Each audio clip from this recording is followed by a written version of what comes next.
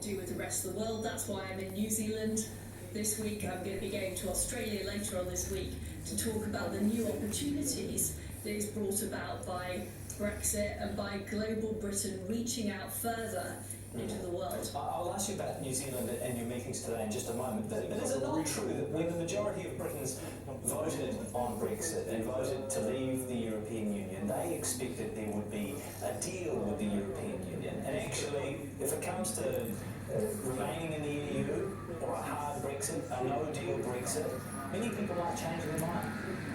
I disagree. What people voted on was the fact they were frustrated that a lot of decisions that should have been taken in Britain were being taken in Brussels. And they wanted to sort that situation out. They wanted Britain to decide their parliament to make those decisions. Ultimately, I mean, no deal is somewhat of a misnomer. If we left on the 31st without a specific deal with the EU, we would be on WTO terms, which is a perfectly reasonable form of trade. New Zealand trades with lots of countries in the world on WTO terms, still manages to have a perfectly good trading relationship. Of course, we'd rather have a good free trade agreement with the EU, but we're not prepared to do a deal at any price. And no country going into a negotiation would be prepared to do a deal at any price. But you've changed your mind on Brexit. You were a Remainer, you now support Brexit. Shouldn't the British public be given the same opportunity? Well, I listened to the arguments during the referendum campaign. I've listened to the arguments since. And I think that we have shown that Britain will have a successful future outside the EU. I've been convinced by the arguments, and many people are in my position, having voted Remain in the referendum. Many people are now saying, actually, we can see a bright future for Britain. Let's get on with it. Let's talk about New Zealand. If you exit on October 31st, when will the UK sign a free trade deal with New Zealand? Well, as soon as possible is the answer. In any case, in any scenario, deal or no deal, I want to strike a free trade deal with New Zealand. It's one of our top priorities. We've already conducted the consultation in Britain. We want to get on with it. We're working on our mandate within government, and that's why I'm here this week to prepare the ground for that with Minister Peters, your Deputy Prime Minister, Minister Parker. Very, very positive conversations. And of course, if the right deal's available for the UK, we will strike a deal. So tell us about those meetings. How inclusive would a free trade deal be? I would like to see a comprehensive free trade deal with New Zealand that covered all aspects of our economy. We've got a lot in common, strong historical relationship, both great believers in free trade.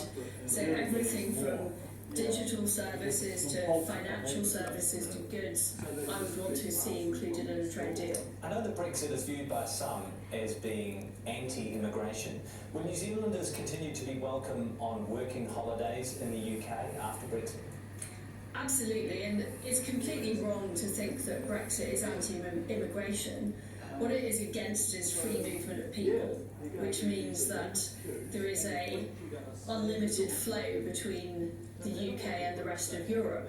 What we do want to do is encourage people with the right skills, the right talents to come to the UK. And in fact, we've recently announced that we're going to invite overseas students to be able to stay longer in the UK and to be able to work in the UK for a limited period after their course. So what we want to do is, of course, continue to offer visas to New Zealanders, but also look at how we bring the brightest and best into Britain and be able to use their talents. We want to continue to be an open nation, but we want to be able to make those sovereign decisions as a country. Does that mean the rules will be tightened in some ways for New Zealanders who want to take a working holiday in the UK?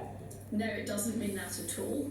What it means is that we are looking at the world as a whole in terms of which skills we need in Britain, which opportunities there are in Britain. But we already have a very strong working relationship with New Zealand. We already have specific arrangements with New Zealand. Those will remain. New Zealand has traditionally looked to Britain, I think, as a stable and mature democracy. But the events of the last couple of years, and I wonder if you've had this impression in talking to New Zealanders today, is that this whole thing is a giant mess. Do you feel embarrassed for the UK at all? Not at all. I think what's happening in the UK is democracy in action. The British public voted to take more control over their decisions, and we are delivering on that. You know, am I frustrated it's taken 3 years? Yes. You know, have there been difficulties? Yes. But democracy is all about having that debate in public, and I wouldn't want to live in a country where those kind of arguments are suppressed.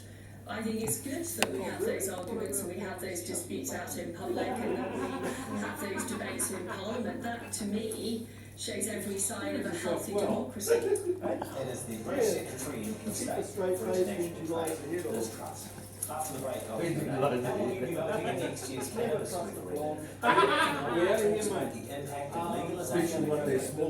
Things that people feared before we legalize have not become problems, have not materialized. Legalise it. I'll go start with Roll it up, chicken, and get the other meal out and do some veggies. Okay. Things go wrong, things go wrong. 10, 15 minutes, maybe 20. Lifesavers. Through there. What do you want me to do? They're paramedics. I don't know if you want. if you legalise it. What? Yep. Jury's out for me.